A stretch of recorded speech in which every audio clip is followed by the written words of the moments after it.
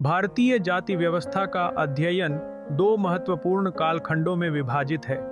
प्राचीन भारत की सामाजिक आर्थिक व्यवस्था और 19वीं सदी का औपनिवेशिक हस्तक्षेप। यह विश्लेषण हमें समझने में मदद करता है कि कैसे मूलभूत मूल्यों को राजनीतिक शक्तियों ने अपने लाभ के लिए विकृत किया।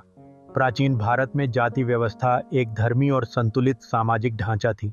यह कार्य विभाजन और विशेषज्ञता पर आधारित थी, जहां विभिन्न व्यवसायों में समान महत्व का प्रदर्शन होता था। प्रत्येक व्यवसाय को अपने कौशल के अनुसार स्थान मिलता था, जिससे समाज में सहिष्णुता और सहयोग का माहौल बनता था। इस प्रणाली का उद्देश्य सामूहिक विकास की भावना को बढ़ावा देना था, जो कि समाज के सभी वर्गों के लिए फायदेमंद था। प्राचीन व्यवस्था में आर्थिक संरचना मजबूत थी, जो स्थानीय समुदायों को आत्मनिर्भर बनाती थी।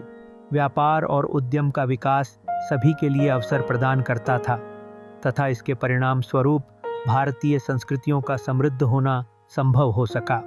यह प्रणाली केवल सामाजिक एकता के लिए नहीं बल्कि स्थायी विकास के लिए भी महत्वपूर्ण थी।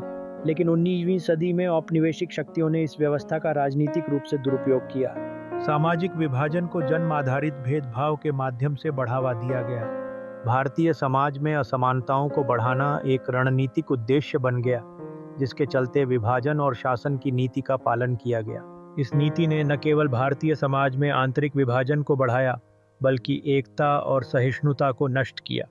अर्थव्यवस्था पर भी यह औपनिवेशिक व्यवस्था का नकारात्मक प्रभाव पड़ा। पारंपरिक व्यवसाय धीरे धीरे समाप्त हो गए और स्थानीय उद्योगों का पतन हुआ।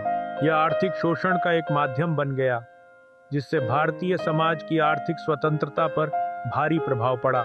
वर्तमान में जाति व्यवस्था की समस्याओं की जड़ें इसी औपनिवेशिक हस्तक्षेप में पाई जाती हैं। हमें यह समझने की आवश्यकता है कि प्राचीन वेलरेस पर आधारित जाति व्यवस्था ने समाज का निर्माण किया, जबकि औपनिवेशिक अवधियों ने इसे विकृत किया।